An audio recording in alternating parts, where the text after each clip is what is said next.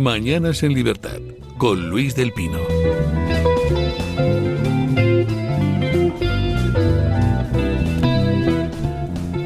...8:31, 7:31 en las Islas Canarias... ...y empezamos la tertulia de Mañanas en Libertad. Hoy tenemos una semitertulia de los Marios. Muy buenos días, don Mario Noya, ¿qué tal está usted? Muy buenos días, pues me he equivocado, hace frío en Madrid, he salido yo en moto como si fuera vacaciones en Roma y estoy así ahora, congelado. Don Mario Garcés, ¿qué tal está usted? Pues estoy muy bien y además en compañía de amigos y a las 8:30, con fríos o con calor, no hay ningún problema. Un placer, don Luis, muchas gracias. El otro día estuve con un amigo suyo, don Antonio del Real. Sí, hombre, que gran amigo, gran director de cine, gran actor.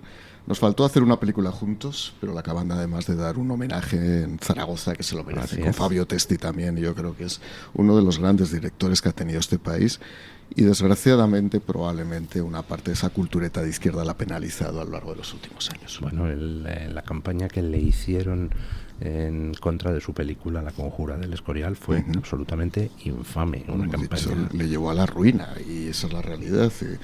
Y en fin, estigmatizando a Fabio Testi, uno de los grandes actores italianos, y a él. Insisto, él ha sido un gran director de comedia, pero un gran director de tramas históricas y es un magnífico amigo y una gran persona.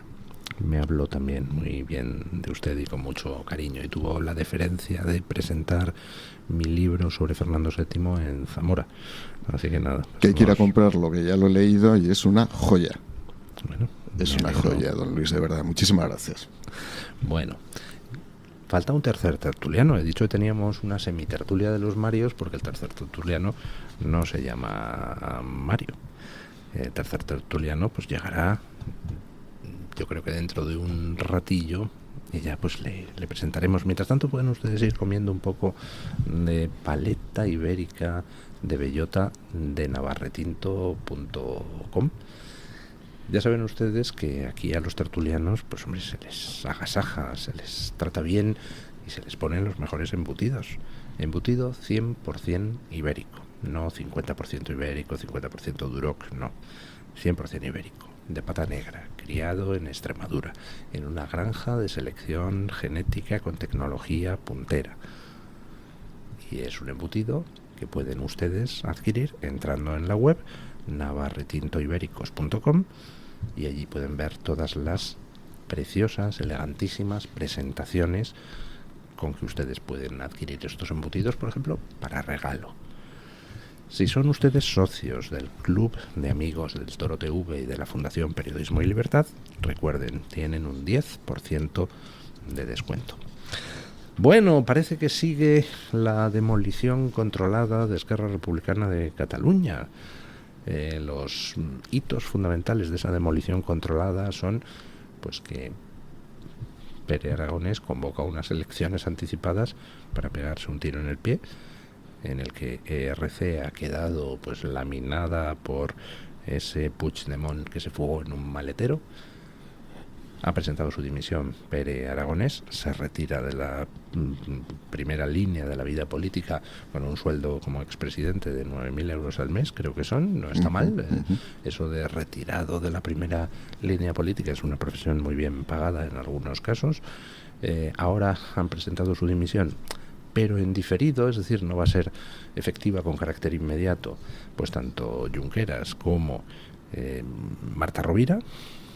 Y a mí el que me tiene mal traer es Rufián, porque Rufián es de esos supervivientes natos. Si a Rufián le encargan, pues yo qué sé, defender los planteamientos del nacionalismo samoano, saldría con falditas en el Congreso sin ningún problema. Le encarguen lo que le encarguen, él lo va a defender. Y Rufián guarda silencio en Twitter desde las elecciones. Está esperando a ver quién se alza con el santo y la limosna, quién se queda con el poder en ERC, para inmediatamente mostrarse como el más firme partidario de quien quiera que sea, ese que se alza con el poder en ERC. ¿Qué va a pasar con estos muchachos? ¿Van a apoyar a Illa al final? ¿No le van a apoyar? están las cosas llegando incluso al enfrentamiento físico, me han comentado. Bueno, la verdad es que la operación Hard Rock ha sido una operación, como bien has dicho, de demolición, o mejor dicho, de autodemolición, ¿no? Cuando un presidente convoca unas elecciones y el resultado es, ya no es que te conviertas solamente en la tercera fuerza política, sino que ayudas a rehabilitar a Junts y además acabas traspasando una gran parte de tu electorado al Partido Socialista de Cataluña, que ya hablaremos de eso. Quien ha ganado en Cataluña no ha sido el PSC, ha sido el Partido Socialista Obrero Español. Yo creo que el PSC ahora mismo ha sido aplastado por la suela de Pedro Sánchez. Pues algo se ha debido hacer mal. Y respecto por parte de ellos, por parte de Aragonés, que desde luego lleva la penitencia en el apellido, desde luego no son 8 apellidos catalanes. Y por otra parte, Rufián, que yo compartí con el escaño en el Congreso de los Diputados, es el máximo ejemplo del amante bilingüe de Juan Marsé. Es decir, es el charnego convertido en pijo aparte. Claro que estará ahora mismo esperando a ver cuál es la próxima mutación. Es un superviviente del supermercado de la política, ¿no? Y desde esa perspectiva, pues ahora mismo va a estar esperando directamente, ¿no? La verdad es que el escenario político, pues, decir que es complejo es evidentemente una tautología, es una estupidez ya a esta altura de la semana, pero hay que reconocer que se han tirado han escupido al cielo. Es habitual en Esquerra Republicana de Cataluña y les ha caído encima. Por consiguiente tienen que depurar responsabilidades, pero como bien decías, don Luis, qué fácil es depurar responsabilidades con un sueldo vitalicio de 9.000 euros, una oficina del presidente, un conductor oficial hasta que te jubiles y hasta que te mueras. La verdad es que es una maravilla ser o Tarradellas o Aragones en este país. Sí que es digno de hacer una película documental, ¿cómo se llamaba? La de la familia Panero, que era El desencanto, que era tremenda, ¿no? No, pero sí, porque... Yo estaba pensando en algún otro título cinematográfico, Holocausto Caníbal o algo así. No, es que por eso digo, El desencanto no lo digo porque ellos estén desencantados, sino por lo dura que era esa película. Entre los Paneros y los Goitis solo cualquier cosa. Entonces, ¿qué sucede? Que ves cuál es la idiosincrasia de los nacionalistas catalanes y dices, y menos mal que no tienen poder, sobre un territorio. Cataluña es muy pequeña para ser lo que quieren ser, y el foco achicharra. Lo venía a decir Arcadi Espada a propósito de TV3 sobre Cataluña, y frente a los primeros análisis que decían menudo batacazo se ha pegado el separatismo, etcétera, Cristina Losada, que es uno de los analistas más perspicaces que hay en España, decía, bueno, pues no sé si se habrán pegado un batacazo o no. Lo que sé es que los que crecen son los que precisamente han dicho hay que ir a por todas, y los que se están despeñando son los que han colaborado con el gobierno español y con el régimen, ¿no? Con independencia de que el que vaya de bravo fuera el que se escapó en un maletero en circunstancias no aclaradas. Esto es otra en lo que habría que abundar. Así, entre usted y yo estoy convencido de que nuestros propios servicios de información le ayudaron a escapar en un maletero. Y muchas más cosas se podrían decir, ¿no? Qué casualidad, hombre, que a todos les diera por irse al mismo sitio, a Suiza. Y que Ana Gabriel pasara de decir hay que criar a los niños en manada a estar en Suiza. Con aspecto de pija. Con un aspecto, sí, son cosas curiosas. Bueno, de Ana Gabriel, dentro de 50 Ana Gabriel años sabremos qué ha pasado. Sabrá usted que en los ambientes más radicales del independentismo catalán se mencionaba la posibilidad de que fuera gente del CNI. Ya digo, que habrá que ver, cuando pase el tiempo, qué ha sucedido ahí, ¿no? Pero el escenario es demencial, y sobre todo por las circunstancias. Si las analizas objetivamente y que veas lo que se está haciendo el nacionalismo a sí mismo, sin razón aparente. Es que no hay... Cataluña no está invadida, Cataluña no está sometida a asedio, no tienen una crisis económica salvaje. Es más, Lo que intentaron fue hundir a España, los muy miserables e indeseables, en un momento en el que España estaba a punto de estar en la lona. Y no sé cómo acabará, porque hay una pulsión entre los que dicen, bueno, sí, efectivamente, abrazarnos a Sánchez nos ha salido como a todos los que se abrazan a Sánchez, porque eso sí que habrá que reconocerlo a Pedro Sánchez, que destruye a los que se le acercan. Y dice, bueno, alguno puede decir, bueno, pero abracémonos un poquito más, que por lo menos tenemos ahí unos años de supervivencia. Y los que dicen, no, que van a por nosotros y con estos no se puede hacer absolutamente nada. Esquerra había conseguido algo muy importante, que era penetrar en el cinturón rojo de Barcelona. Eso sí que era una amenaza de primer orden para el PSC, porque estaba penetrando en sus antiguos feudos y ahora ha vuelto hacia atrás. Lo que nos lleva a pensar también que ahí hay las cuentas estas que hacemos ya entre nacionalistas, no nacionalistas, constitucionalistas, no constitucionalistas, en Cataluña no valen, y hay un montón de gente de la izquierda que lo que demuestran es bastante indiferencia a la cuestión nacional, para bien y para mal, aparte del hecho claro, de que la abstención se ha cebado esta vez con votantes independentistas o separatistas. Yo creo que ese dato que usted está dando no es secundario, es un dato fundamental. Hasta el año 2008, la abstención en las elecciones autonómicas catalanas afectaba fundamentalmente a los partidos no nacionalistas, es decir, a los partidos constitucionalistas. Y lo vemos en una cosa muy simple. Hasta el año 2008, lo máximo que habían obtenido en conjunto los partidos no nacionalistas era menos de 20 escaños. Sin embargo, 2012 sube la participación al 70%, 2015 sube al 75%, 2017 sube al 82%, y esa subida de la participación va acompañada con que se dispara el número de escaños en el Parlamento catalán de los partidos constitucionalistas, llegando a tener 40 en el 2012, 36 de Ciudadanos y 4 del PP. Por tanto, la abstención perjudicaba al constitucionalismo. En esta ocasión se han invertido las cosas. La abstención resulta que a quien ha perjudicado es precisamente a los partidos separatistas, y por primera vez, teniendo una participación bajísima del 57%, resulta que el constitucionalismo está en 26 escaños. No había pasado nunca. O sea que son buenas noticias de cara a futuro. Y luego, por cierto, otra cosa, que todo lo que digamos de que las elecciones son incomparables, y es verdad, las municipales, autonómicas, perfecto, muy bien, lo que queráis. Ahora, a mí me gustaría ir a Badalona y preguntar a los badalonenses por qué Albiol gana con el 55%, un porcentaje salvaje, con el 55% del voto, y el PP saca 40 puntos menos, 40 puntos menos, no 5, no 7, no 10, 40 puntos menos, y le piden al PSC que se haga cargo de la Generalitat, cuando es una ciudad donde precisamente han reaccionado contra ese estado de cosas, hasta el punto de decir que no, que voy a ir a por el outsider, a por el que habéis convertido siempre en el gran apestado de la política catalana. ¿Qué llevará a esta gente a decir, mi pueblo, mi ciudad, vuelvo a decir, es la segunda ciudad de Cataluña, o la tercera?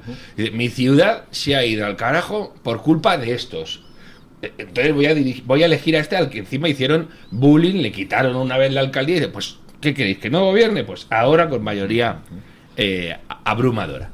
Y llegan las elecciones a la general y dice, bueno, no, espera un momento, y ahora voy a volver a votar a los que han transformado mi ciudad en tal. No entiendo.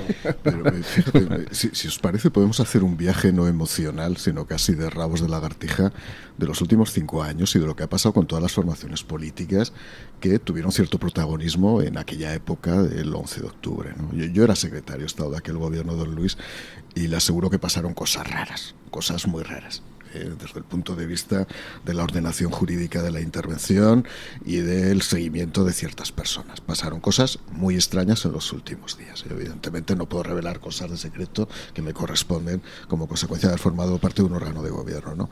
Pero sí digo una cosa, fijaos, el partido Esquerra Republicana... Usted no puede revelar cosas que están sometidas al secreto lógico, ¿no? Uh-huh. Pero yo puedo fijarme en su cara y hacer una afirmación y ver si usted no pone cara de ¿pero qué dice este tío? Si yo hago la afirmación, nuestros servicios de información ayudaron a huir a Puigdemont, ¿usted piensa que estoy loco? Yo no lo sé, francamente, eso no lo sé. Lo que sí es verdad que el CNI debía tener un control absoluto de la situación de cada una de las personas que en aquel momento podían huir o estaban en una situación de posible insumisión, ¿no? Esa es la realidad. Y que el CNI realizó otro tipo también de investigaciones a otras personas en aquel momento que no tenían nada que ver precisamente con lo que iba a ocurrir el 11 de octubre. Eso también lo sé. Pero bueno, es unas circunstancias, insisto, que no puedo revelar. A partir de ahí, Esquerra Republicana se ha hundido.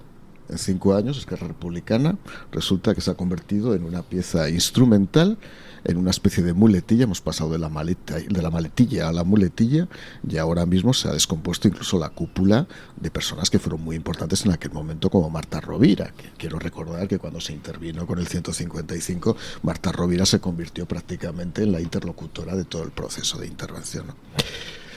Respecto a Junts per Catalunya, se ha producido un fenómeno de resucitar al prófugo o al halcón maltés es decir, al final se ha producido un proceso de rehabilitación y de blanqueamiento, lo cual, digo que en 5 años cambia mucho la política. Quien consideraba que era un muerto político, o era un delincuente a la fuga, o era un prófugo que precisaba de que fuera ajusticiado, en el sentido fiel del término, de hacer justicia con él, pues se ha convertido ahora mismo en un rehabilitado político por obra y gracia, ya digo, de una serie de actores políticos, entre otros el Partido Socialista Obrero Español. En tercer lugar, el PSC ha desaparecido, y lo digo así de claro. Ya no existe el PSC en Cataluña, existe el Partido Socialista Obrero Español. El PSC ha sido muy importante a lo largo de la historia del socialismo español, pero quien ha llevado todas las negociaciones ha sido el Partido Socialista Obrero Español. Y a mí me consta que el PSC no se ha enterado muchas veces de nada de lo que estaba haciendo Sánchez ni de lo que estaba haciendo Moncloa. Por lo tanto, ahí hay una situación ahora mismo de fragilidad y de inestabilidad. Es verdad que el resultado para el Partido Socialista ha sido extraordinario, hay que decir las cosas como son, porque Sánchez gestiona muy bien los conflictos de intereses, o mejor dicho, él despliega el tablero y automáticamente ve dónde tiene que comprar los hoteles, las casas del monopolio español, porque él compra. Él vende valores políticos, él vende ideología, pero lo que hace fundamentalmente es comprar poder, ¿no? A partir de ahí, Ciudadanos ha desaparecido.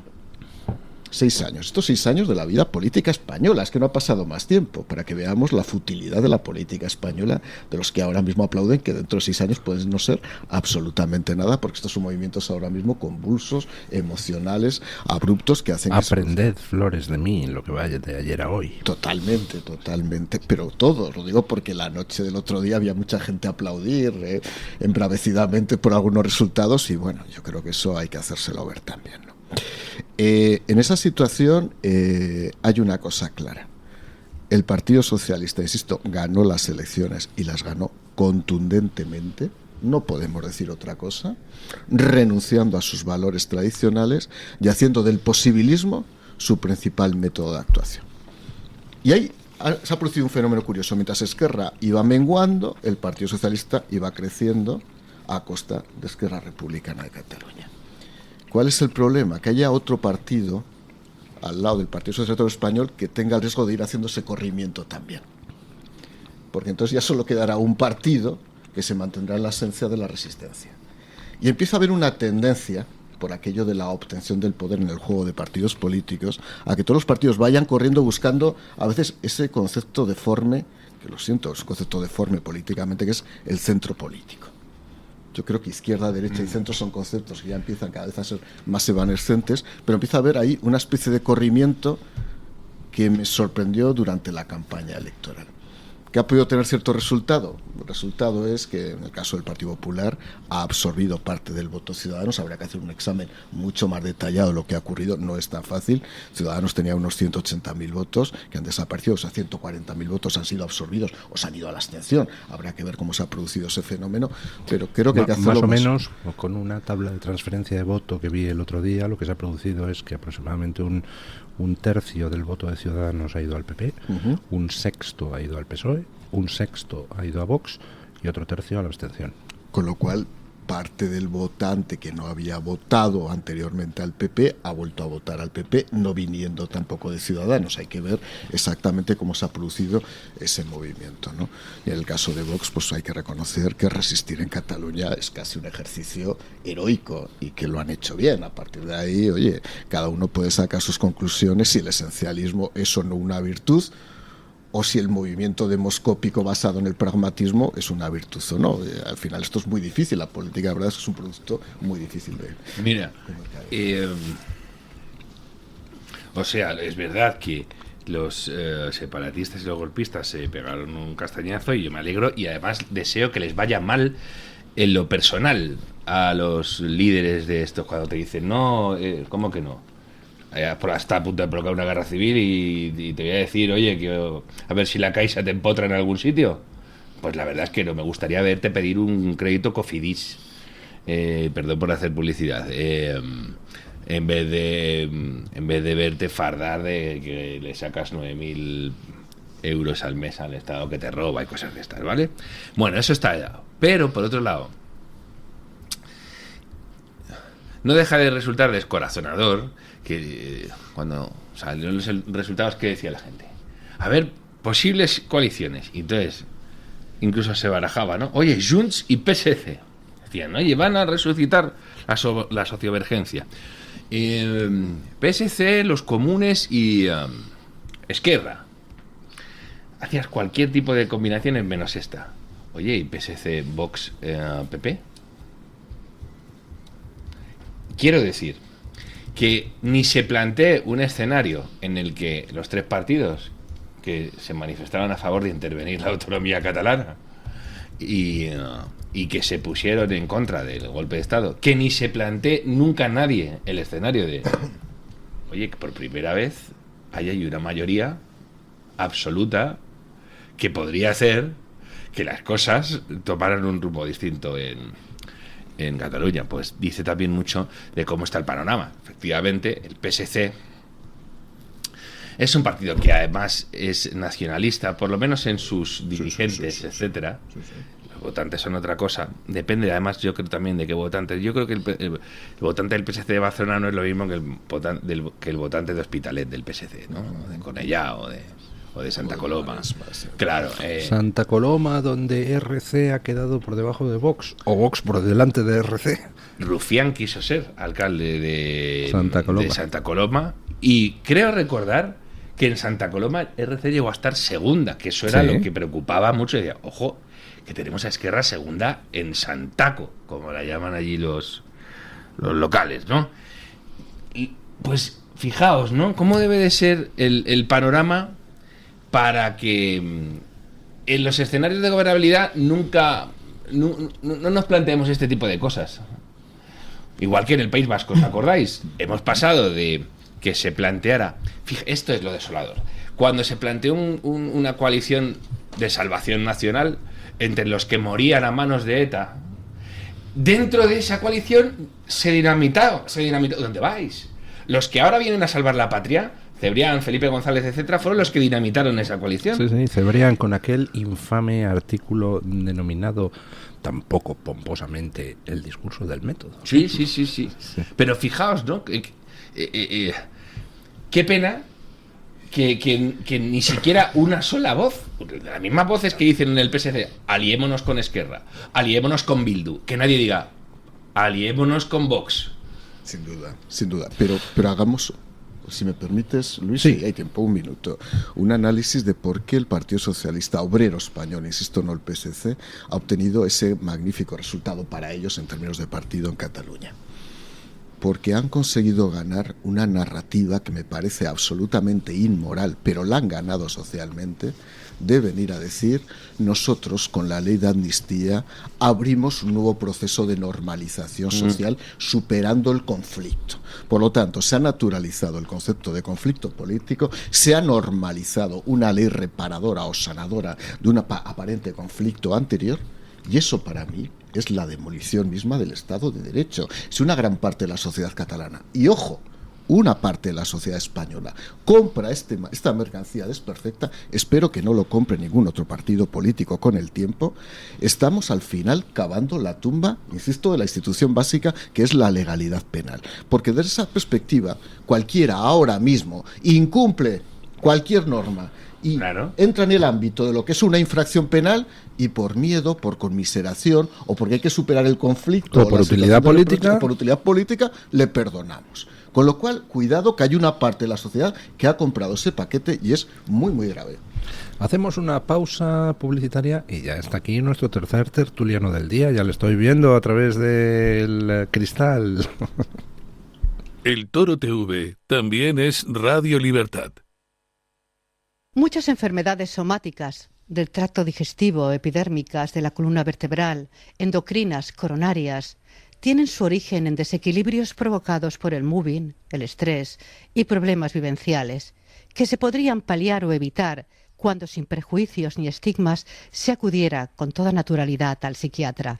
Es un consejo del Hospital Psiquiátrico San Francisco de Asís y la Comunidad Terapéutica San Antonio de Málaga. El DHA omega 3 es clave en el funcionamiento normal del cerebro, la visión y el corazón. Si te preocupa el deterioro asociado a la edad, debes tomar DHA. El DHA de Mederi Nutrición tiene certificación IFOS, máximo estándar de pureza y calidad. Busca DHA Pure NPD1 o visita ahora mederinutrición.com. Luis del Pino, Alba Vila, Javier Horcajo y José Javier Esparza son Radio Libertad. Del campo a tu mesa, Sabores Sierra de Madrid. La excelencia de la calidad en el embutido. 100% artesano, 100% de Madrid. Exquisitos embutidos artesanales de ternera, ciervo, jabalí y cerdo ibérico. Todos sin gluten. Visita nuestra tienda online saboressierrademadrid.com. En Sabores Sierra de Madrid somos pioneros en la elaboración de embutidos con carne de ternera de la Sierra de Guadarrama. Del campo a tu mesa, Sabores Sierra de Madrid. Sabores de antaño. El restaurante El Torreón está de moda. Vende copas a sus 7 terrazas al aire libre en la cima del Monte de El Pardo. O disfruta platos como la auténtica carne picaña brasileña. Y los mejores pescados y carnes como el lomo de buey auténtico. Cocina abierta de 11 de la mañana a 1 de la noche. Disfruta de su famosa paella con langosta y sus 7 amplísimos salones climatizados. Grandes vinos y licores. Fantástico parking. Reservas en restauranteeltorreón.com. El plan más refrescante del verano.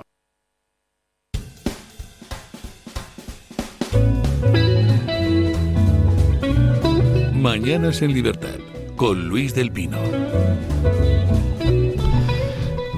8:59, 7:59 en las Islas Canarias, y se ha incorporado a nuestra tertulia el tercer hombre, don Juan Carlos Girauta. ¿Qué tal está usted? Pues estoy contentísimo de estar por fin en este estudio donde se realiza el programa que yo escucho cada día. Hombre, muy bien. Le voy a contratar a don Juan Carlos Girauta. Este es el programa de moda porque es un programa que se hace en libertad. Y aquí cada uno puede decir lo que le salga del mismísimo níspero. Ya sé que tengo un oyente que es cultivador de nísperos y dice, pero oiga, no diga usted eso. Pues, hombre, es publicidad para los nísperos, que caramba. Porque, ¿qué otra cosa voy a decir? Lo que me salga del belfo, pues no. Don Juan Carlos, estábamos comentando, y yo creo que pues, si nos puede hacer usted su análisis en 5 minutillos antes de pasar a hablar de otros temas así un poco más globales. Estábamos comentando lo que está pasando en Cataluña, donde está el mundo en vilo a la espera de la reacción de Gabriel Rufián, que guarda silencio sobre la explosión de Esquerra. Esquerra en estos momentos está saltando por los aires. No sé quién nos sorprenderá hoy dimitiendo también, pero ¿qué va a pasar allí? Lo que va a pasar es que no es posible que Esquerra, que como usted dice ha saltado por los aires y que está rota, dividida en dos facciones con partidarias de estrategias diferentes, una con ganas de desquite, porque lo que se ha estado haciendo hasta ahora por parte de Esquerra no les convencía en absoluto, por decirlo suavemente, y que resulta imposible que se comprometan con ninguna fórmula de gobierno desde dentro, ¿eh? Entonces, ¿desde fuera sí? Desde fuera, de nuevo, será un partido dividido, en el que no se puede prever ninguna estabilidad. Es decir, a mi modo de ver, lo que es seguro ya se puede hacer a la idea el señor Illa, es que la fórmula del tripartito, que es la que deseaba él y la que deseaba Sánchez, y que yo creo que es la que desean en general allá donde puedan, que es gobernar conjuntamente con las fuerzas separatistas locales donde las hay, y con la Podemia y Sumar y todo, en fin, toda la excrecencia comunista, y eso, que por cierto en Cataluña hay poca memoria. Los que desean el tripartito, no, los que lo desean siendo parte sí, porque ahí están para hacer lo que hacen, ¿no? Pero los demás, alguna prensa que considera que eso es una cosa estable y tal, no recuerdan lo que fue Pascual Maragall, que es el que inició todo el lío, y no recuerdan lo que fue Montilla. Lo recuerdo todavía escapándose corriendo de una manifestación que él encabezaba detrás del cartel Somos una Nación. No sé si se acuerdan de eso. Bueno, pues ni siquiera eso va a ser posible. Ponerse ellos de segundos de convergencia de Junts, no, es que tampoco les da, ¿no? Tampoco les dan los números.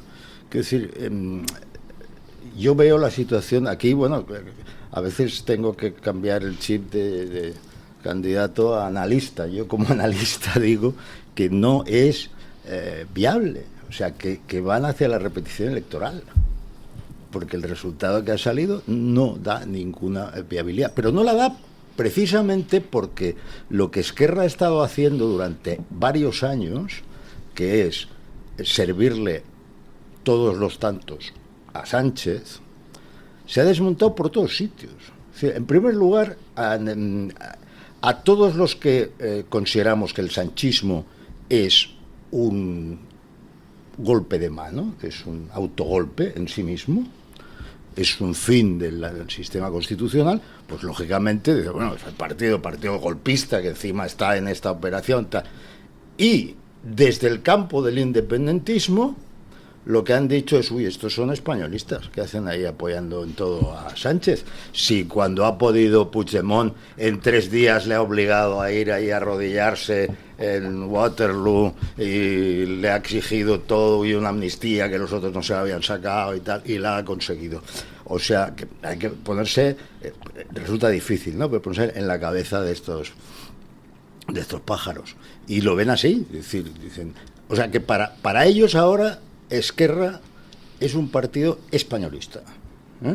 Claro, hay media Esquerra que entiende la estrategia que han hecho y otra media Esquerra que está muy irritada. Así que no va a haber una sola posición de Esquerra. Bueno, pues el futuro nos dirá qué es lo que tiene preparado para nosotros. Pero vamos a cambiar de escenario porque usted efectivamente ya no es analista, o ya no es solo analista, sino que es candidato. Claro. Es usted el número 3 a las elecciones europeas por Vox. Pues sí. Y la verdad es que en toda Europa se está poniendo el panorama muy interesante. ¿Me dejan ustedes que les lea las líneas principales del programa de gobierno que acaban de acordar en Holanda el partido de Geert Wilders y otros 3 partidos? Han acordado el siguiente programa de gobierno: medidas estrictas para las solicitudes de asilo, quitar la reunificación familiar para refugiados, reducir el número de estudiantes no comunitarios que entren al país, deportar a las personas que no tengan un permiso de residencia válido lo más posible, incluso, si es preciso, recurriendo a la deportación forzada. La coalición también tratará de salirse del pacto de migración que que la Unión Europea acaba de aprobar con sus cuotas obligatorias de reubicación de inmigrantes. Uno de los partidos que forma el gobierno es el BBB, el Partido de los Granjeros. Bueno, pues casi todas las demandas que hacía ese Partido de los Granjeros serán satisfechas, lo cual implica, por supuesto, empezar a cortar todo tipo de obligaciones derivadas del Pacto Verde y la Agenda 2030. La coalición va a cambiar la postura de Holanda con respecto a la energía nuclear y va a comenzar a trabajar en la construcción de 4 nuevos reactores nucleares. El apoyo a Ucrania continuará y una nueva ley obligará al gobierno a satisfacer la obligación que la OTAN impone de invertir al menos el 2% del Producto Interior Bruto en el ejército, en defensa. Y por último, Holanda tomará nuevas medidas para apoyar a su comunidad judía y trasladará la embajada de Tel Aviv a Jerusalén. Toma ya. Menudo programa de gobierno que, por supuesto, nadie esperaba que fuera posible hace tan solo 7 meses. Es que se ha producido por el tema de la mandanga climática, pero sobre todo por el tema del pogromo del 7 de octubre, se ha producido una reacción en Holanda, pero brutal. Es decir, Geert Wilders antes del 7 de octubre estaba el 4º, 5º en las encuestas. Y de repente, a partir del 7 de octubre, se producen en Holanda algunas manifestaciones claramente antisemitas de apoyo a Hamas, rechazo a Israel y tal, y la sociedad holandesa ha dicho ¿cómo? Y automáticamente hizo ¡bum! Y ganó las elecciones con una mayoría aplastante, ¿no? Entonces, estamos asistiendo en toda Europa a una especie de ola de reacción ante gente que se ha pasado 3 pueblos. Pues es que es lógico. Fíjese que son asuntos diferentes, pero la reacción ante la posición ante lo que sucedió el 7 de octubre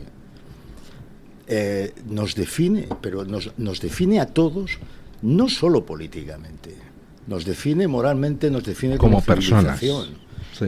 Entonces, por supuesto que esa reacción masiva de los medios del gran consenso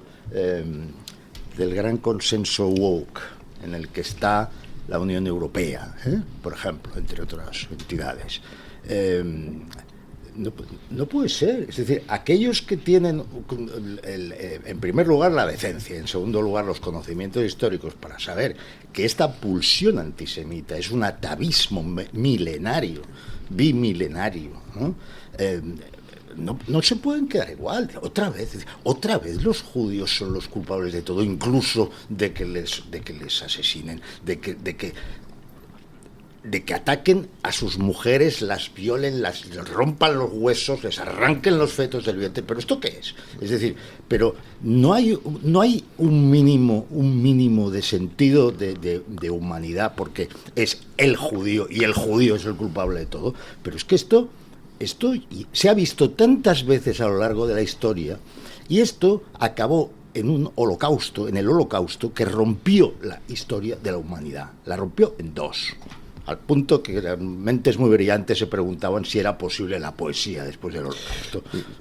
Fíjate, Juan Carlos, ¿qué es el buenismo? El buenismo es una fórmula fundamentalmente propugnada o alentada por una izquierda decadente que lo que busca de alguna manera es equiparar cualquier situación social y decirnos que todos somos iguales, con independencia que defendamos o no las libertades y los derechos fundamentales de un Estado liberal, que es el Estado liberal que surge en Europa hace 250 años. Cuando yo voy ahora mismo por la Rambla de Barcelona, han desaparecido ya las jaulas con los monos, tú lo conocías bien, los monos, los loros, las cosas que había. Ahora hay mujeres con burka. Resulta que han desaparecido los animales enjaulados, pero ahora hay mujeres enjauladas. Cuando vas por el Raval, y me gusta mucho pasear por el Raval, por conocer cómo ha cambiado, ese Raval donde había tantos aragoneses que iban a vivir, donde estaba Vázquez Montalbán en su casa y se iba a tomar el café, alguna vez con mi amigo Alejandro Fernández íbamos a tomar el café ahí, ha desaparecido. ¿Y qué hay a cambio?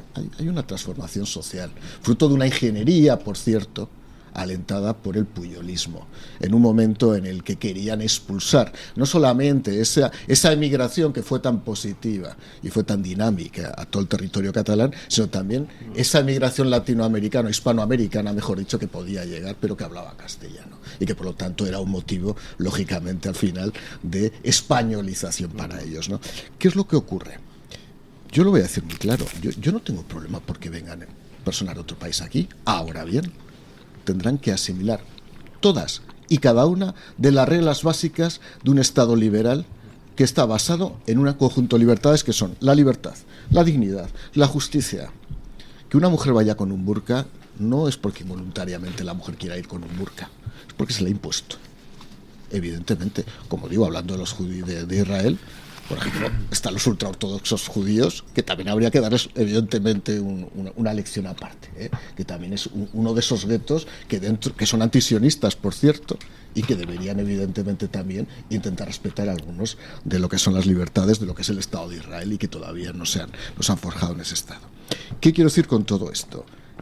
Si ahora mismo en Marruecos se produjera el fenómeno que está produciendo en Cataluña, de que el 52% de la población que nace en Cataluña es hijo o hija de un extranjero, estoy convencido que habría un debate social, se habría hecho el debate social con un 2% ya, o un 3%. En Cataluña, el 52% de los niños que nacen son de padres o madres extranjeros. En Salt, el 80% de los niños que nacen son hijos de padres o madres extranjeros.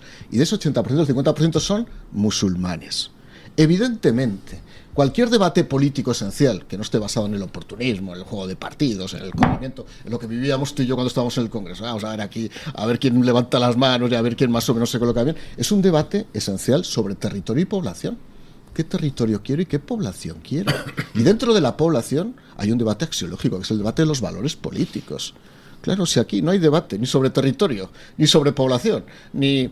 Aquí puede venir cualquiera, una especie de transculturización, que es una especie de modernismo woke, donde cada uno puede hacer lo que quiera, porque esto es muy bonito y es muy moderno, es el nuevo modernismo. Hemos pasado del cosmopolitismo catalán famoso de principios del siglo XX a una especie de modernismo decadente donde cabe todo, hasta acabar con la civilización occidental. Sí, pero ese análisis, es decir, un análisis visto con una perspectiva más amplia, es interesante, pero hay algo que a mí me parece que nos permite hablar de un horror que yo personalmente, que soy pesimista respecto a la condición humana, no imaginaba. Yo veía, por ejemplo, una aberración como el hecho de que Mr. Pesk, segunda autoridad allí, Josep Borrell, y responsable del inexistente apartado de la seguridad europea y de las relaciones exteriores, es un antisemita, una cosa peculiar, porque el hombre en su juventud estuvo en un kibutz y porque tiene hijos judíos, porque la condición de judío se transmite por la madre. Bueno, es un antisemita que ha dedicado años y muchísimo esfuerzo a que Irán tuviera un plan nuclear. ¿Por qué? ¿Por qué alguien dedica su vida a que en Irán puedan poner el aire acondicionado con energía nuclear? Porque es eso, ¿no? Lo que nos han dicho es que es uso civil, ¿verdad? Pero vamos a ver, que si aquí el más tonto sabe que allí se está enriqueciendo uranio para tener armamento nuclear. Pero el discurso y esa insistencia en favorecer a Irán y en juzgar con una severidad y un doble baremo y absolutamente tajante todo lo que hiciera Israel ha sido típico de Mr. Pesk y ha sido típico digamos, cada vez más típico de los posicionamientos públicos de las instituciones. En España, como siempre, siempre damos la nota, se ha sido más antisemita que nadie. Es decir, tenemos un presidente que se ha dedicado a ir por el mundo para pedir que se premie a los autores del masacre. Porque si resulta que la manera de que España y otros países, que es lo que él pretendía una ola de reconocimientos unilaterales al Estado palestino.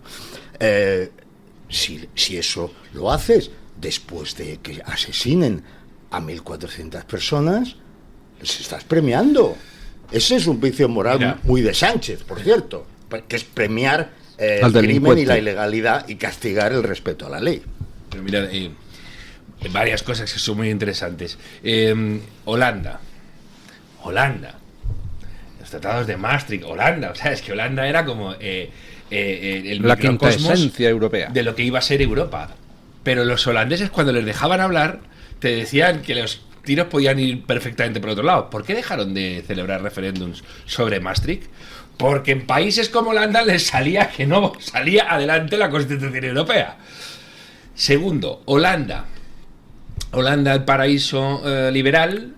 Bruce Bauer, un intelectual norteamericano del que habla alguna vez en las tertulias, que sale espantado cuando gana Bush las elecciones del año 2000, diciendo que viene Jesus Land, vienen los cristianos, la derecha cristiana, a imponer su teocracia. Yo me voy al paraíso socialdemócrata con mi marido, al que le parten la cara en el centro de Ámsterdam los nuevos holandeses. Y este es el típico progresista asaltado literalmente por la realidad. Holanda y las vacas. Holanda y el medio. Es que le hemos dado lecciones de... Es que hemos llamado criminales climáticos a los holandeses. Porque las vacas se tiran pedos literalmente. Esto no es una broma de Mario. El metano. Metano, sí, que es perjudicial y tal. Y vienen estos y ven la reacción de buena parte de la Nueva Holanda ante los crímenes de Hamas en el país de Ana Frank. Y dicen, no, cuidado, pero estos países tienen un problema porque hay una masa crítica ya de gente que viene a invertir lo que era Holanda, etcétera. No os quiero ni contar en la izquierda los que dicen, sí, que haya sustitución de población porque detestamos la herencia europea y queremos que estos nos conviertan en otra cosa. Cuidado, que están aquí. Por eso es tan importante, cambiar el paso ahora. Sí. En las elecciones, cuando nos dicen, ¿por qué Europa? ¿Por qué no nos acomodamos Europa? Acomodémonos ahora. Viene una ola derechista europea. Eso es. En el Europa Viva yo creo que podéis decir algo en este fin de semana. Porque viene una ola en la que sería crucial que España se subiera a ese carro. Déjame que subraye que en el Europa Viva 24 estará presente el ministro israelí contra el antisemitismo. Chicli, que es un show. Estará presente. No, es que el ministro israelí contra el antisemitismo estará en el acto de Vox. A mí me hace mucha gracia el etiquetaje que se utiliza y la forma tan alegre en que se despacha a un partido político por parte de la mayoría de la prensa, ¿no? Reflexionen un momento. O sea, reflexionen un momento. ¿Cómo se pueden lanzar ciertas acusaciones al partido que atrae al ministro contra el antisemitismo? Pues porque este partido ha dado las muestras de apoyo que Israel merece, que es ir allí, ver lo que ha pasado, dónde ha pasado, transmitirles la solidaridad y decirles, nos comprometemos con ustedes contra Hamas, que es lo que ha hecho Vox. ¿Hay algún otro partido que haya hecho esto? Lo digo para que la gente empiece a sacudirse un poquito las tonterías de la cabeza y los clichés. En Europa ahora mismo se están removiendo las categorías, las tonterías, las divisiones ideológicas, porque la realidad se ha impuesto. Hay un baño de realismo. Estamos acostumbrados a una Europa con generaciones que han desconocido para su bien todo lo que significara lucha por la supervivencia, lucha por la libertad, porque les ha venido dado. Y se han creído que la libertad es algo que está en la naturaleza, que el hombre nace libre con derecho a un estado del bienestar. No. Conseguir las libertades y la protección que tiene Europa es el resultado de muchos luchadores, muchos valientes, muchos héroes, muchos mártires, muchos muertos, mucho trabajo. Entonces, tú ahora vienes aquí y coges y todo esto lo ignoras y te vas a abuchear a una niña de 20 años que canta en la Eurovisión. Me está usted recordando una frase famosa de Oswald Spengler que decía que resulta descorazonador ver cómo hay tantas libertades que ha costado mucho tiempo y mucha sangre conquistar, y ahora los nietos de aquellos que las conquistaron ni siquiera se molestan en ejercerlas. Eso es, ni en ejercerlas, bien visto. Fíjate, Luis, hablando de los nietos y de los abuelos y nuestros antepasados, en el siglo XIII y XIV en España residía el 90% de la población judía del mundo, que fueron los sefardíes. El 10% eran los ascanazis, que eran los que después se desarrollaron y fueron perseguidos durante el régimen nazi. Lo digo para que nos quede claro, porque a muchos socialistas se les ha olvidado la presencia judía en España. Esos judíos luego se dispersaron. Italia, norte de África, y luego ya Siria. Con el tiempo se fueron yendo a América. Esa es la realidad, ¿no? En segundo lugar, porque hay un sentimiento tan antisemita que no es lo mismo que antisionista en España. En primer lugar, por esa reacción a expulsar a los judíos en el siglo XV. ¿Por qué? Porque se consideraban que era una élite empresarial que tenía su propia actividad y que podía de alguna manera ser dañina desde el punto de vista religioso. Ahora aquí los únicos que se van son las religiosas, las monjas de velo dorado, pero en aquel momento eran un peligro para una parte de lo que era el dominio regio de la época. Por cierto, que duró hasta etapas muy recientes. En Mallorca, en Cataluña un poco menos, pero ya sabes, en Mallorca había un sentimiento antichueta brutal. Los Picó, los Miró, los Forteza, los Zaforteza, los Pomar, eran apellidos que yo todavía, cuando estuve trabajando en Primer Destino como inspector de Hacienda, fui a Palma de Mallorca, había gente que cuando pasaba un chueta tocaba madera todavía. O sea, había una vieja tradición, ya mucho más evidentemente rebasada, pero todavía existía. ¿Qué pasa? Que durante mucho tiempo el Partido Socialista, esta izquierda decadente, ha hecho un eje de división donde, por una parte, aparentemente los judíos, digo judíos en sentido estricto, forman parte de una especie de élite mundial que domina el mundo, y sin embargo los árabes son una especie de casta desprestigiada, una especie de seres absolutamente que viven en el inframundo dominados. Y eso, cuidado, que hay una parte de la sociedad española que lo ha comprado. Hay una parte, porque esto es, lo de entrar en categorías, la izquierda lo hace muy bien. Pues vamos a decirle claro a la izquierda una cosa. Esos desarrapados del mundo, esos musulmanes del mundo, son, entre otros, los que por su religión hacen que los niños se casen con los niños forzosamente. Son esos mismos que tienen ablaciones genitales las niñas. Mientras tenemos este programa, cada 4 horas en España se hace una mutilación genital. Y no lo digo yo, lo dice el Ministerio de Igualdad, en los informes del Ministerio de Igualdad. Por lo tanto, yo es que estuve 3 semanas antes de que se provocara el problema, vamos, la masacre que hicieron en Israel. Los israelíes son gente que vive en libertad en Israel. ¡Ojo! Incluso los árabes israelíes que viven en Yafo, en Tel Aviv. No es incluso, son los únicos árabes del mundo que viven en libertad. Total. Los 2 millones de árabes israelíes. Total. Déjame un momentito, porque has dicho un par de cosas que me gustaría... añadir un dato interesante y otra puntualizar. Laura Miró es una doctoranda que está haciendo su tesis sobre el antisemitismo en Mallorca. Y es una de las que integra algo que se acaba de formar y que es muy interesante, que es una red académica contra el antisemitismo, que es una reacción a la vergüenza de que 50 rectores de la universidad pública y casi 30 de la privada, es decir, toda la universidad española, firmaran un documento repugnante por el cual se insta a romper las relaciones académicas con Israel, como si eso les hiciera daño a ellos. Es decir, si tú rompes las relaciones académicas, las colaboraciones en investigación con Israel, imbécil, el que sale perjudicado eres tú, porque aquel es el país de las nuevas tecnologías, ¿no? Más que nada. Bueno, ¿sabes qué pasa? Que con lo del boicot a Israel lo que sucede es que, claro, hay mucho listo que sabe que no va a pagar por las cosas. Imagínate que Israel dijera, vale, pues vamos a hacerles más fácil la vida. Todos los que nos boicotean van a ser boicoteados por Israel.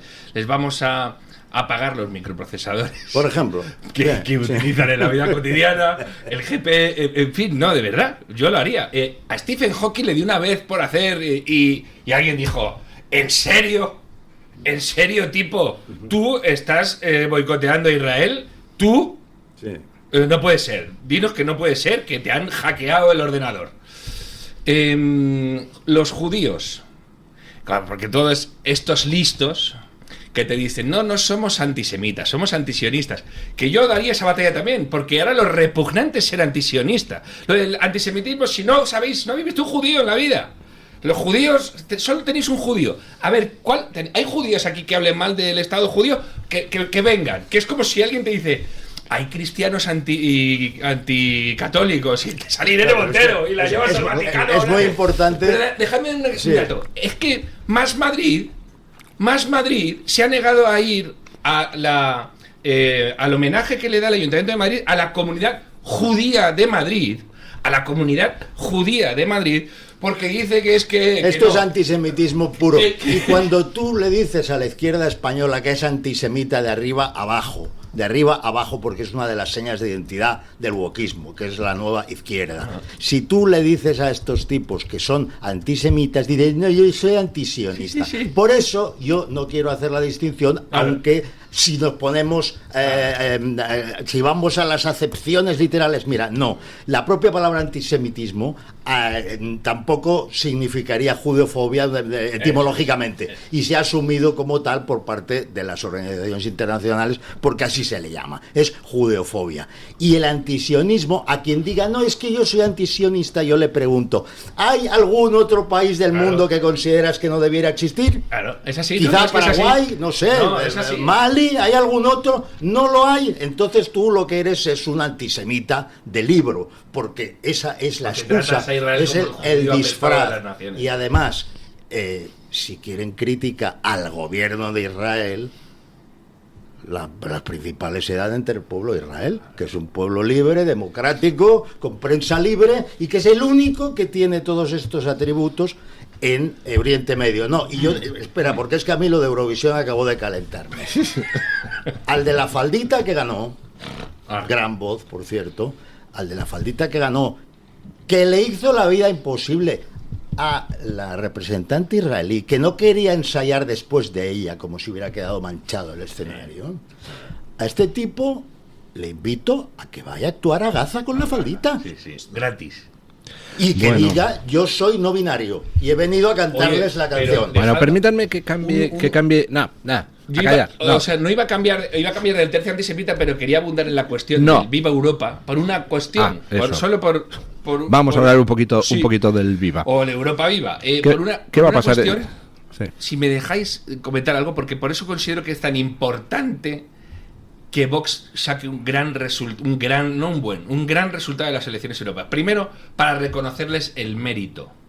Porque no sé si habéis visto que estamos a punto de una revolución un motín europeo de esquilache con los tapones de los cajones estos que te hacen romperte las manos. Y la gente dice, ¿hasta este punto se han metido en mi vida? Sí. Bueno, pues está viendo en Europa ya malestar de decir, estos indeseables que me están leyendo la cartilla y me meten como sardinas en latas en los aviones, son los culpables de todo esto. Bueno, pues hay una ocasión de que cambien las cosas, y para eso se necesita que el grupo de los conservadores y reformistas y de los identitarios tengan peso para corregir a los perdularios que son el Partido Popular Conservador. Pero para que veáis una cuestión importante, he estado en el SIPAC, en la Conferencia de Acción Política Conservadora de Budapest hace un mes.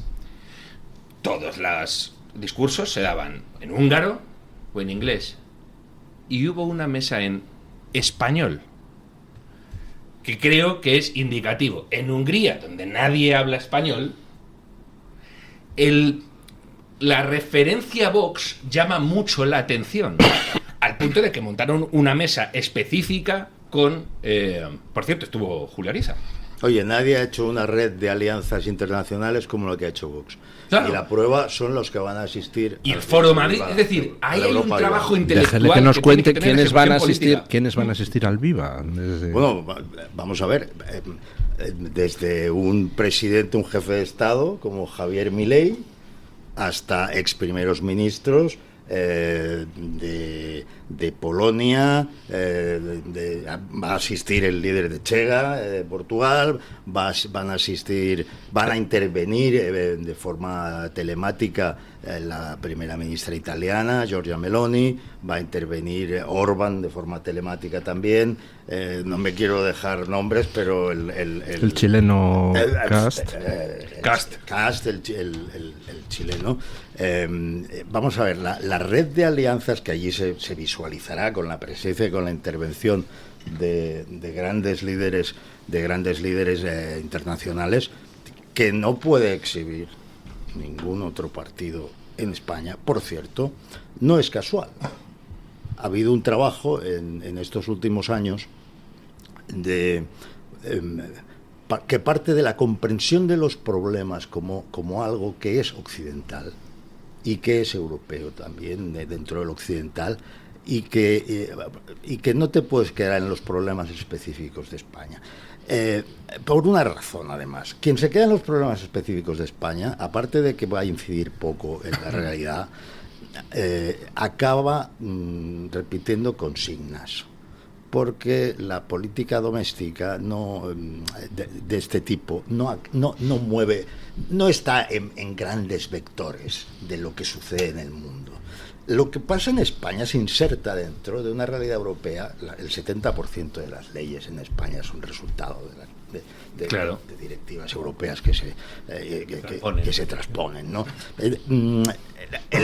Lo que sufre el campo en España también lo ha sufrido el campo en otros países europeos. Ha habido una auténtica rebelión y responde a una voluntad que, dicho así, parece raro, pero es que está así en el desarrollo de la Agenda 2030, que es desincentivar el sector primario y hacer que crezca un 7% anual en el resto del mundo, en los países en desarrollo. Es decir, quieren eliminar el sector primario, la agricultura, la ganadería, la pesca, la minería. Quieren acabar con el sector primario. ¿Y quién quiere? Bueno, quiere la Agenda 2030 que ha suscrito, por supuesto, el Partido Socialista y, por supuesto, el Partido Popular. Y aquí hay que ser muy claros. Hay mucha gente que dice, oye, no os critiquéis unos a otros. No, perdone usted. El 90% de las decisiones que se han tomado en Europa las han tomado en la misma dirección, en el mismo sentido. Iguales, socialistas y populares. Así que cuando hacen el paripé en España, haciendo ver, simulando que son irreconciliables y que Feijóo va a derogar el sanchismo, oye usted, vamos a ver, pero si ustedes están en lo mismo, que es, en primer lugar, una operación increíble de ingeniería social que efectivamente mete las narices públicas en todos los asuntos de la esfera privada, de cómo te tienes que acostar y cómo tienes que dirigirte con quien te acuestas y de qué manera y cuándo, de lo que tienes que comer y lo que no debes comer. No tienes que comer carne, que ya te daremos gusanitos nosotros, porque por ahí va. Y todo eso va van ampliando la ventana de Overton, para entendernos aquello, o sea, van haciendo digerible aquello que uno diría, bueno, esto no puede ser. No, con el tratamiento adecuado y la normalización de lo aberrante por parte de la prensa, esta ventana se va ampliando y la gente va diciendo, pues sí, pues no. Lógicamente, cuando tú ya quieres alterar la realidad de este modo, porque después el sector primario viene el secundario, luego vendrá la industria, luego vendrá la desindustrialización de Europa, cuando hay que decir, bueno, oiga, un momento, vamos a ver, aquí hay un país que decidió aplicar las indicaciones de la Agenda 2030 en materia de fertilizantes y pesticidas, que fue Sri Lanka, y provocó una hambruna. O sea, esa es la primera, digamos, la prueba, la primera puesta en práctica. Aquí no se usará ni fertilizantes ni pesticidas. Hambruna. Pero ¿alguien se explica que se levante un proteccionismo contra los tuyos, contra tus productores? Es decir, porque claro, yo toda la vida he sido antiproteccionista. No, yo sí me lo explico, pero me falta la información de quiénes exactamente están cobrando de China para destruir a Europa en beneficio de China. Pues sí, porque claro, eso solo se puede hacer si tienes ahí una pandilla de corruptos que están trabajando como lobbies para otros países. Pero escucha, que la gente se define cuando vota lo que vota. Y cuando vota lo que vota en la alianza socialistas, populares y liberales en Europa, pues se han retratado. Y yo insisto, se vuelven a levantar barreras arancelarias y no arancelarias, barreras al comercio, pero contra los nuestros. O sea, ahora mismo, ayer se supo que entraba... que se acababa la limitación a la entrada de naranjas sudafricanas en España. Entonces, en España hay un tratamiento para las naranjas, para, en fin, una cosa técnica, un tratamiento en frío para evitar que tenga una enfermedad de naranja y tal. A las de Sudáfrica no se le pone esta condición. Y esto es constante. Se ponen condiciones fitosanitarias, higiénicas, de calidad, de control, de no sé qué, tal. Muy bien, está muy bien. Está muy bien, pero compitamos en igualdad de condiciones. Es decir, que todo esto lo cumpla también el que quiera vender en nuestro mercado. Claro. Pero no, lo que entra es producción marroquí. Y ya el remate. Yo anteayer estábamos en Las Palmas. Pues bien, allí nos explican, una comunidad de regantes, su preocupación, claro, tremenda con el agua.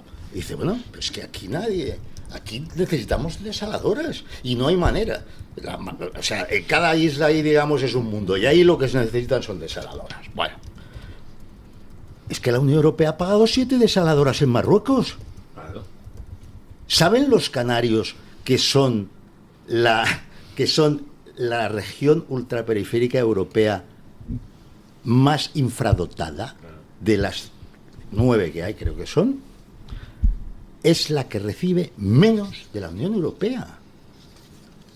O sea, vamos a ver, todo esto es algo que se produce porque el gobierno de España no defiende los intereses de los españoles. El gobierno de España está en, vamos a ver si hacemos daño a Israel. ¿Por qué? ¿Qué os pasa? Claro. ¿Qué os sucede? Vamos a ver si mejoramos la situación de Marruecos en todos los sentidos, que pueda hacer prospecciones petrolíferas y de gas donde nosotros nos prohibimos hacerla, a que haga demostraciones militares delante de las Islas Canarias, que Marruecos envíe a sin papeles, sin cuento, o sea, cuantos más mejor, y les compramos coches de policías que no sueñan aquí nuestra policía.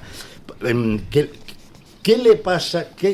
¿Qué le pasa exactamente a Sánchez con Marruecos? ¿Qué le pasa exactamente? Pero no es solo Sánchez, es ¿por qué los representantes del Partido Popular y del Partido Socialista no se han preocupado porque se cubran necesidades básicas de tipo infraestructural?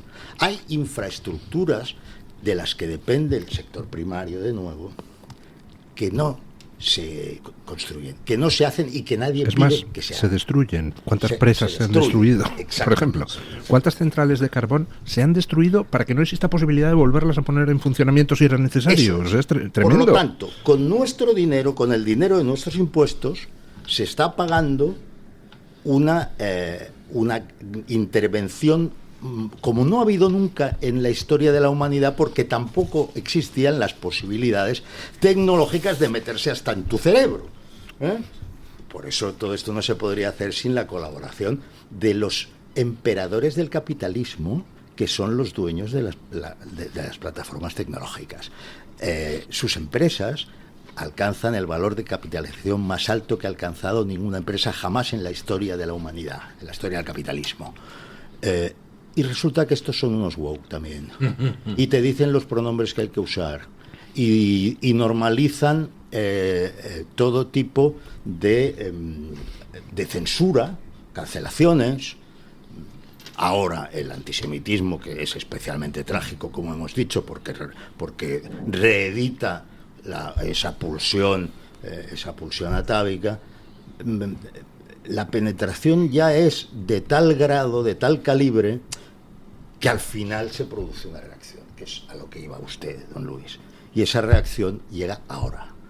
Y por eso yo estoy encantado de que el Vox me haya abierto su lista y que me presente como candidato, porque este momento es un momento histórico. Es el momento en que se le puede dar la vuelta a esta dinámica de décadas en Europa, cambiando la mayoría gobernante.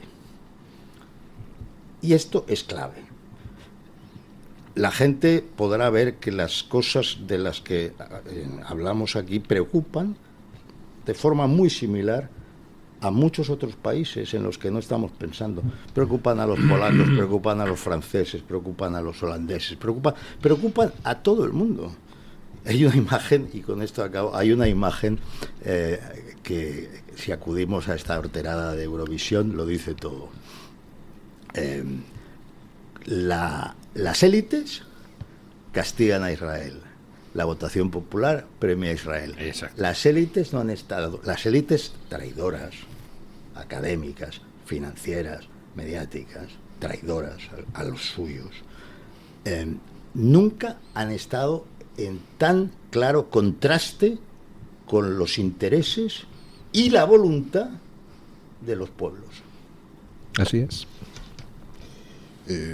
Yo simplemente, porque estoy de acuerdo en muchas cosas, en otras no tanto, ya sabes que eso todavía tengo un alma ahí un poco diletante, ¿no? Pero hay una cosa que me preocupa de manera extraordinaria, y es que a la vuelta de la esquina, hace 5 años, vivimos una pandemia y en España murieron 170.000 personas. ¿Qué quiero decir con esto?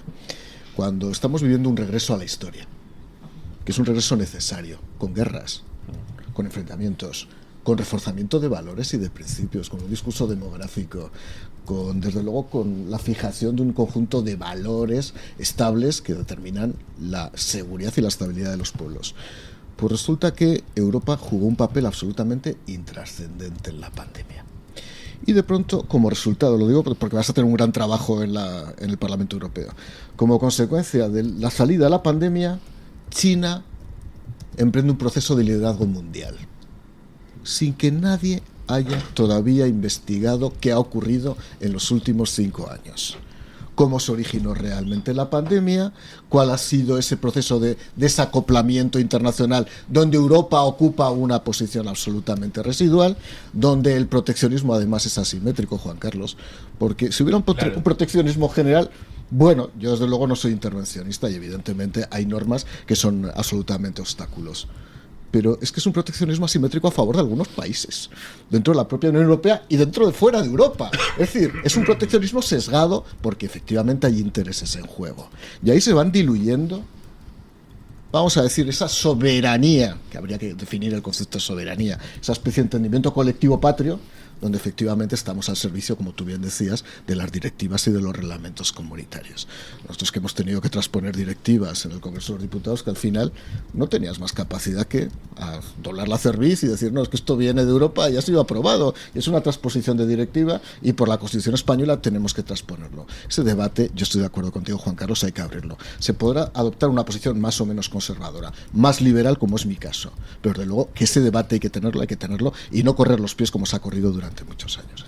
Bueno, si me permitís un... Pues no le voy a permitir porque si no hay tiempo para los oyentes, que son los cruciales. Y antes de los oyentes no habría tiempo para que yo pues le haga un regalo a don Juan Carlos Girauta de mi libro sobre Fernando VII, yo el difamado, que tampoco le gusta a los historiadores progres. He leído una crítica que lo dejaba muy bien y pensé, me lo tengo que comprar, y ya no me lo tengo que comprar pues porque no, tenía se lo regalo, hombre. Pero lo voy a leer con muchísimo interés.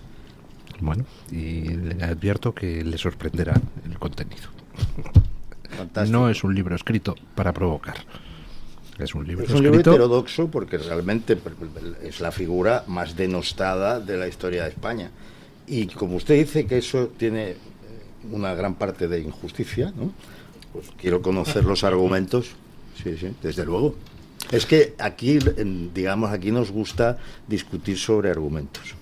Por eso nos llevamos tan mal con la izquierda.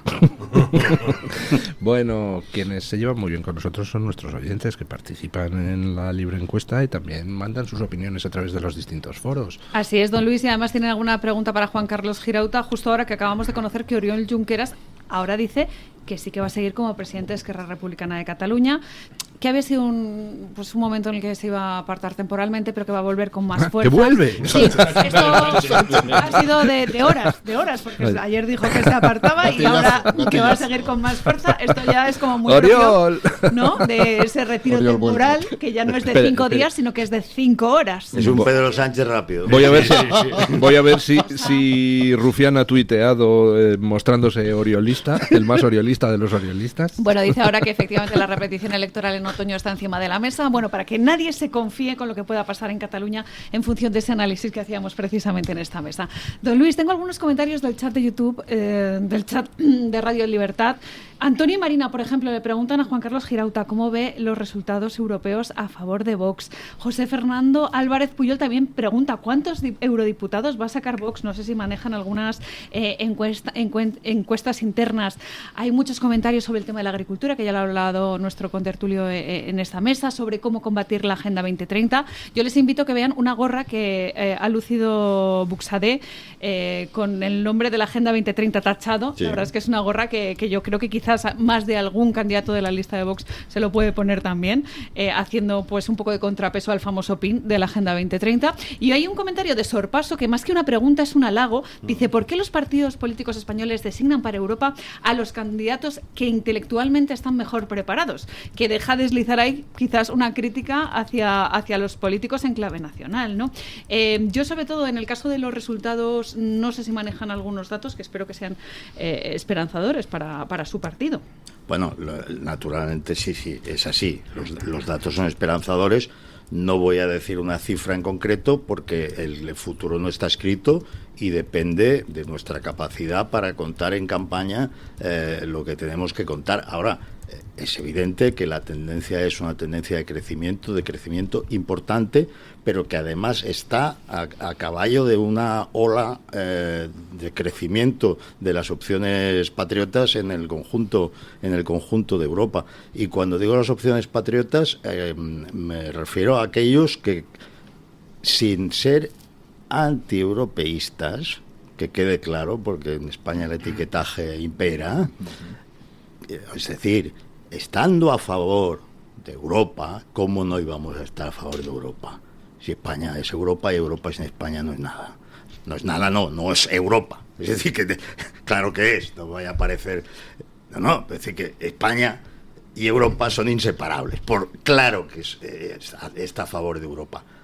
Lo que estamos en contra es de cómo se ha gestionado Europa en las últimas décadas. Lo que estamos en contra es de que Europa se haya sumado al wokismo y, por tanto, al intervencionismo más brutal que existe, que es el de las mentes. Y de lo que estamos en contra es de que se institucionalice el premio a la ilegalidad. El tema de la inmigración, oye, a mucha gente le cuesta hablar de eso, pero luego cuando está en privado piensa lo mismo. Nosotros nos hemos encontrado estos días con extranjeros que han hecho todos sus trámites, claro, y que trabajan legalmente en España, que son los más indignados. Dice, pero vamos a ver, yo hago todo esto y ahora aparece aquí una regularización masiva. Dicen que de 500.000, pero a lo mejor es 1 millón, porque no se sabe cuántos son. Lo de 500.000 se lo han sacado de la manga. Es que realmente no se sabe cuántos son. Entonces, oye, ¿usted quiere abrir las fronteras de verdad y que entre quien quiera? Por cierto, acaban de poner otro caramelo para que entre quien quiera, que es la sanidad para todos. Vamos a ver, la sanidad para todos no se puede pagar. El estado de bienestar cuesta mucho, y si tiene una demanda infinita, que es lo que tienen las cosas cuando tú le pones el precio a cero y tienen valor, acabarán con el estado del bienestar. Son operaciones que solo piensan en el cortísimo plazo. Por eso cuando digo los partidos patriotas me refiero a aquellos que dicen, mire usted, aquí lo que tenemos en este club está muy bien, pero su legitimidad está en las soberanías. Lo que le legitima democráticamente son los países soberanos. Y hay una serie de partidos que han reaccionado, yo estoy en la lista de uno de estos partidos, y han dicho, vamos a aliarnos, que por cierto es una cosa muy poco nacionalista. Me hace gracia esto del nacionalismo. España no necesita nacionalistas porque ya es una nación-estado. España tiene patriotas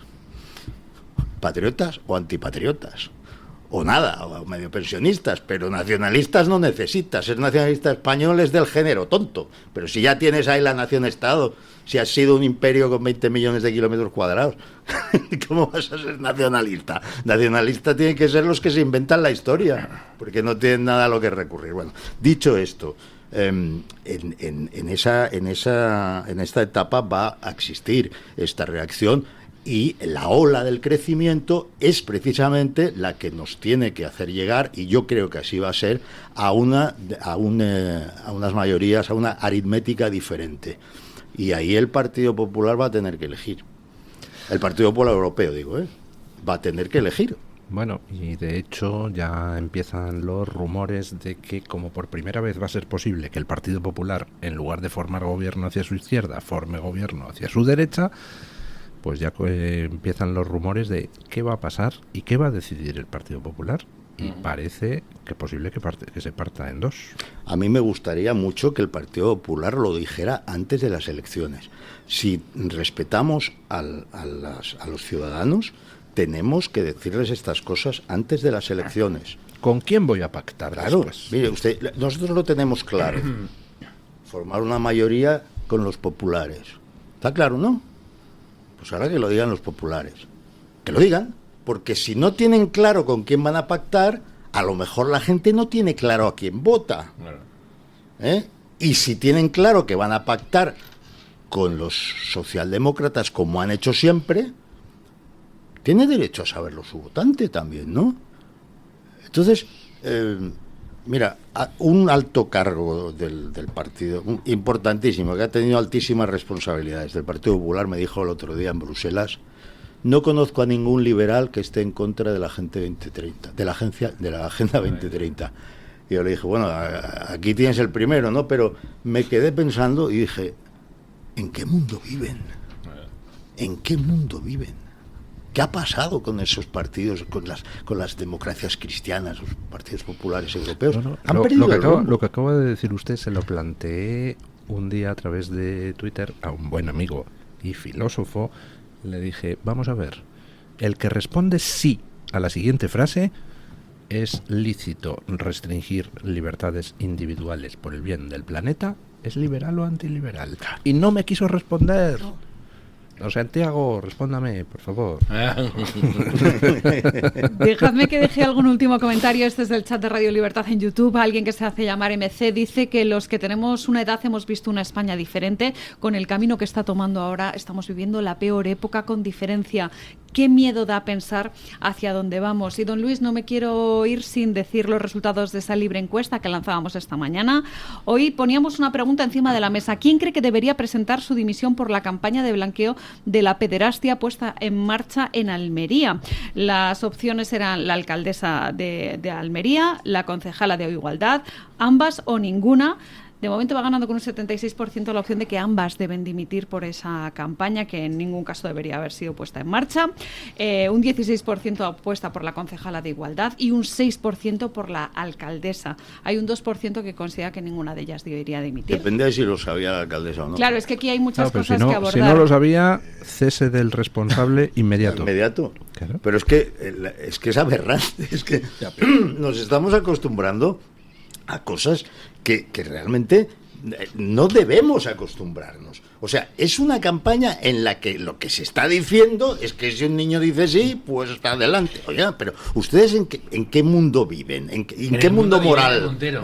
Viven en el mundo y en los esquemas de Irene Montero, pero es que esto es una cuestión en moral. Los esquemas, en las redes sociales, en subir la foto por la mañana a Instagram. Es decir, un político ahora en España, un alcalde, un presidente de comunidad autónoma es un tipo que se ha comprado una tipa, que se ha comprado una pulsera y está en un parque de atracciones. La política ahora mismo es lo peor que puede haber en este país y por eso es bueno dignificarla en algún momento determinado. Yo he hecho creatividades. Yo en mi época de secretario de Estado contrataba creatividades. Os puedo asegurar que las filtraba 90 veces con 90 personas para que no hubiera ningún tipo de fisura social. Que te porque si no me la lían, claro, es que me la lían. Claro. Entonces, una alcaldesa que no tiene otra cosa más que ver si sus creatividades, que tiene 4 creatividades al año, debería estar al corriente. ¿Sabe usted cuántos asesores tiene el Grupo Municipal Popular en el Ayuntamiento de Almería? No lo sé. 19. Bueno, pues, sus sueldos combinados son más de 1 millón de euros. ¿Han pedido disculpas en el Partido Popular? Sí, la alcaldesa. Sí, la alcaldesa ha pedido disculpas. Bueno, pues eso es la otra. Ha pedido disculpas. Bien está. Sí, pero no es suficiente.